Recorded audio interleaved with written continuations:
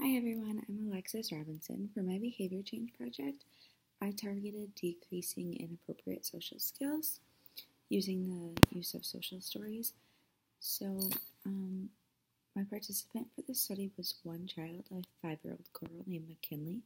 She was diagnosed with her pediatrician with autism. She attended clinic 3 days a week for 6 hours a day, receiving one-on-one ABA therapy. And she also attended a private preschool twice a week, which is where we started to notice some certain social skill deficits. McKinley was not recruiting adult attention when another child would take her toy or push her. Instead, she would scream or push the child back, and she would also often invade a peer's personal space when playing with them. So all observations were completed at the clinic, where she receives ABA therapy, and sessions were conducted in a treatment room.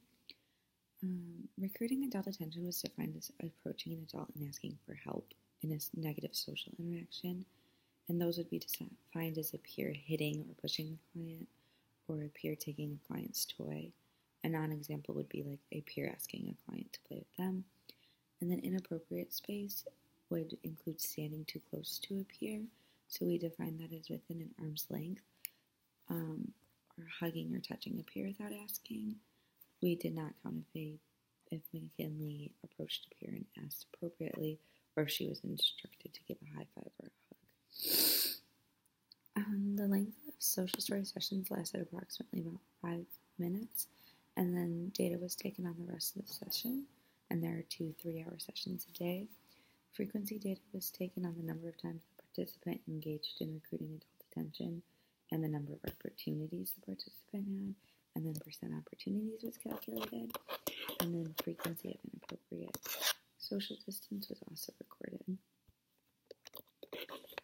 Inter-observer agreement was taken on 25% of the sessions, and averaged 82 across baseline, 98 in the recruiting adult attention phase, and 81 during the inappropriate social phase. Baseline was taken for 5 sessions, and then intervention was implemented in a multiple baseline across behaviors design. So first, social stories were introduced for recruiting adult attention, and then baseline was still taken on inappropriate social distance until those were implemented as well. So the method that I used was, at the beginning of each session, the child would sit down and was offered 2 tangible reinforcers, so a quick paired choice assessment. Once the reinforcer was chosen, the therapist would read the story out loud, or allow the child to read the story out loud, and then ask 2 comprehension questions. If the participant answered the comprehension question correctly, then they received 20 seconds of access to the reinforcer paired with social praise. If they answered incorrectly, then the right answer was prompted. Then a video was shown that corresponded with the social story, and after a negative social interaction or an inappropriate social distance, the therapist would pause the video and ask McKinley what to do next. And the same thing, if she got it right, 20 seconds with the reinforcer. If she got it wrong, the right answer was prompted. Treatment integrity was taken on 33% of the phases and averaged about 98%. Because of time, I did not have time to do maintenance or generalization. So the results, this is my graph. The top graph is the results of the social stories for recruiting adult attention.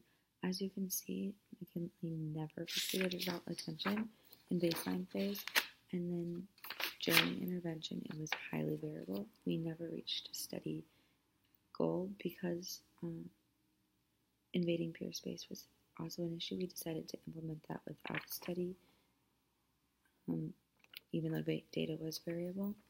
So this is the amount of times that she would invade people's personal space while playing before intervention, and after social stories intervention, it decreased significantly to almost 0 levels, which was really great.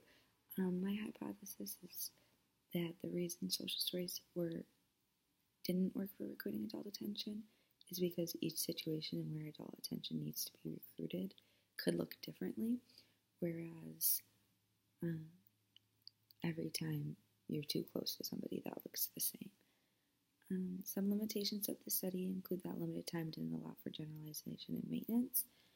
And another limitation is that negative social interactions could not be contrived. We had to wait for it to happen with the peer, so our opportunities were limited, and she may not have contacted the contingency enough.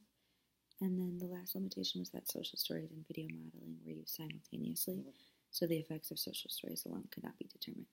Thanks.